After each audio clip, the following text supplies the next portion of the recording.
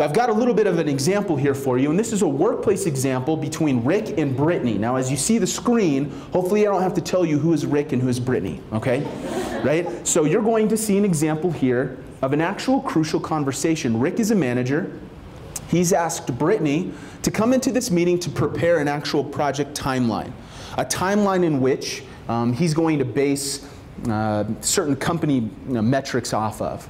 Now what you'll see here is some friction that is created, but we'll just kind of leave it at this here for a second and have you watch this. The question is, if you were Brittany, after this conversation, how would you feel? The next episode of Days of Our Lives. Okay, so if you were Brittany in this situation, how are you feeling? Go ahead and call it out. Let's hear it. How do you feel? Frustrated? Attacked? Set up, betrayed. These are all very kind of deep, rich feelings. So if this is how you're feeling, what happens moving forward? What are the effects of on their relationship, maybe in like a week or 2 weeks? Lack of what? Lack of communications moving forward. Maybe a little whisper campaign against Rick. Can you believe what he did to me the other day? That kind of thing. Go ahead. Trust issues. Yeah, it's funny that we talk about trust when it comes to the workplace, because we're just supposed to do our job and go home. Heaven forbid trust to be a key indicator of how we get things done. Anyone else?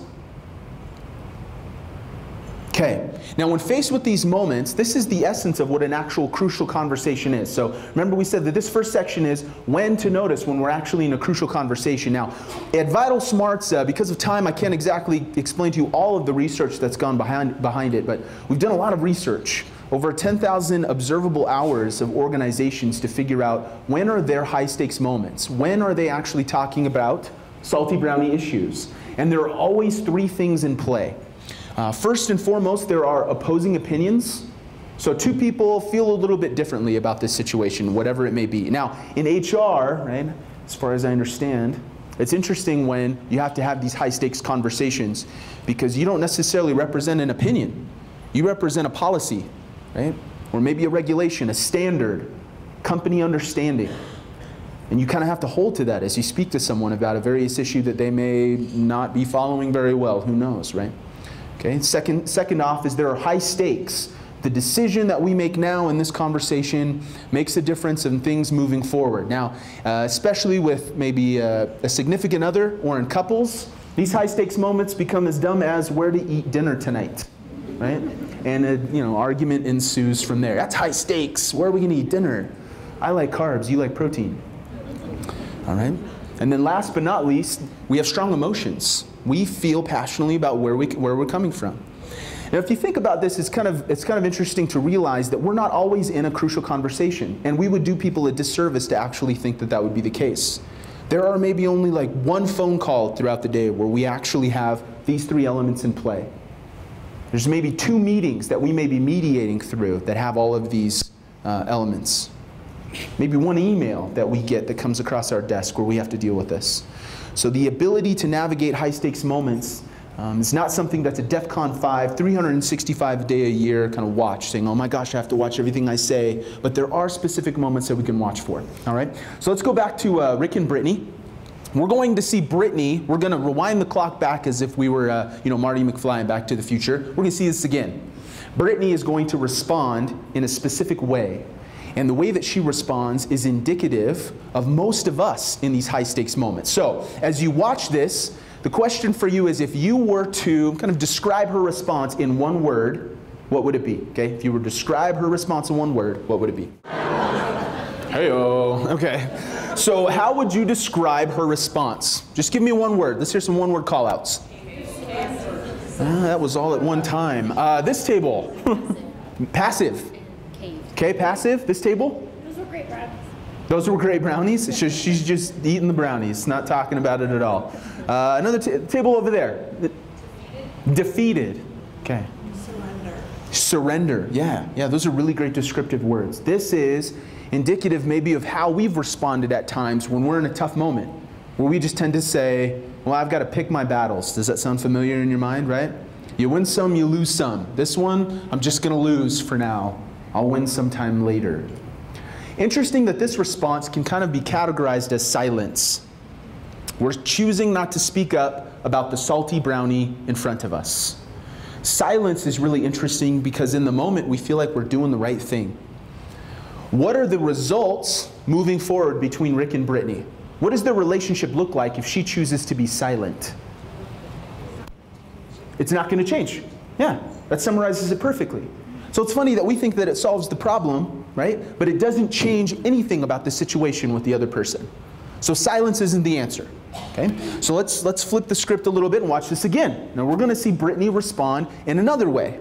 And I ask you to do as similar as what we just did. If you could describe her response in one word, what would it be? I have to say, okay, candid moment. I was actually doing a facilitation with a large group of deep water drillers. They were like in the Indian Ocean. I'm in Dubai. English is their second language. It was like super tough, right? And I say, if you were to describe her response in one word or less, what would it be? And then they watched the video, and then it was silent. And the guy in the back of the room said, you said one word or less. So that was our response. They didn't speak up. Anyway, okay. So just give me one word. Here you go. Snap. Look at her walk out like that, huh? Okay. All right, so how would we describe this response? Courageous. Courageous. Okay, now we got King Arthur going on here, right? Brave. We heard some brave in the crowd. Maybe one more. Anyone else? Bossy? Oh, I can't repeat that one. All right. Let's just say that okay, she stood up to the plate there, right? Okay, so let's describe this. And this is very common when folks see this video. They say she was courageous. She stood up for herself. Does Rick know where she stands? He absolutely knows where she stands. Let's talk about results, though. Moving forward, how would this affect their relationship in a week? Fired. Fired. Great response. HR room, absolutely, right? I wouldn't expect anything less, right? Okay, maybe fired.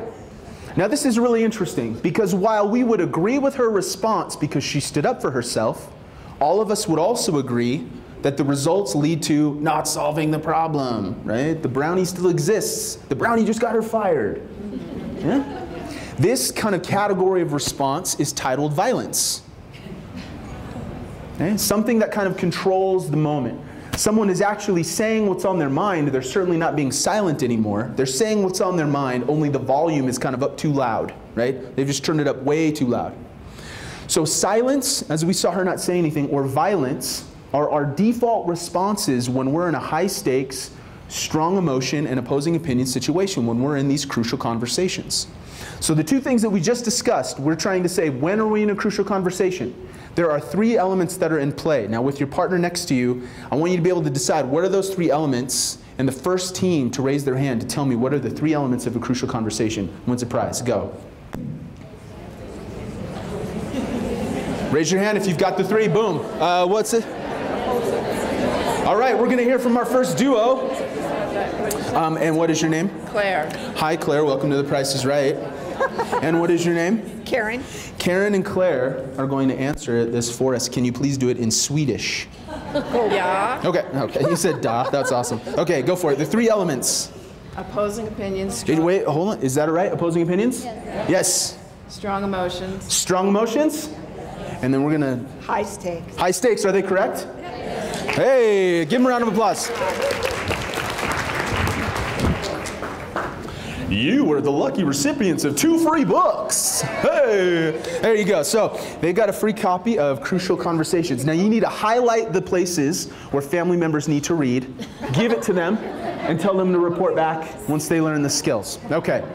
So that was the when, all right? So now let's go into the what. What to notice in ourselves. When we're in a strong emotion, high stakes and opposing opinion situation, what is our default mode of thinking? How are we processing information so that we can stay calm? All right? So I'll show you a video example I felt like would appeal to the HR crowd here today. So you're going to see a casual Friday situation where 2 managers are just drinking water, enjoying their casual Friday, and they will see a violation of the casual Friday policies. And the question for you is, What would you be thinking or feeling if you were the person that had to address this kind of dress code violation, per se? All right, how would you respond, right? What are some of the things that you're thinking or feeling in this moment, seeing this kind of atrocity happen before you in front of the water cooler? And you know that you have to kind of approach this person about a situation. Maybe it's the boss's son, right? Maybe it's a high-level executive's relative, but you're the one that has to hold them accountable. What are some of the thoughts or feelings? Let's just talk about feelings. What are some of the feelings going through you in a moment like this? What was that? Horrified. Horrified. All right. Someone else here? Awkwardness. You can make anything a word if you add ness at the end, by the way. Do you guys, you know what I'm talking about? That's right. Ness. So awkwardness, feeling horrified. Back table. How about an example here? Speechless. Exactly. Right? Speechless. Okay. When we're faced with moments like this, where everything's on the line and how we respond, we have some problems that happen, and it's all physiological, okay? Because while you may be like this, you're on the phone, you're just a cool customer, everyone loves you, you're just your lovely neighborhood HR professional, right? Everyone in the company loves talking to you. You get into a high-stakes, strong emotions and opposing opinion situation, and all of a sudden there's a funny little A word that kicks in inside of you, and that's called adrenaline. Right? So what is adrenaline meant to do? Like what is it? What's the purpose? Fight or flight? Fighting or flighting. Yes, flighting's a word. Flightingness is a word. Flighting is not indicative to healthy conversations. You running out or punching them in the face, right, doesn't help talking things out. But that's what your body thinks it needs to do. So you actually have blood flow, right, that goes from your brain down to the rest of your body. So in the very moment where your brain needs a lot of blood to process, think, speak smoothly, be political, deal with the situation, handle this appropriately, your brain doesn't have it. It's out of money, right? It's broke.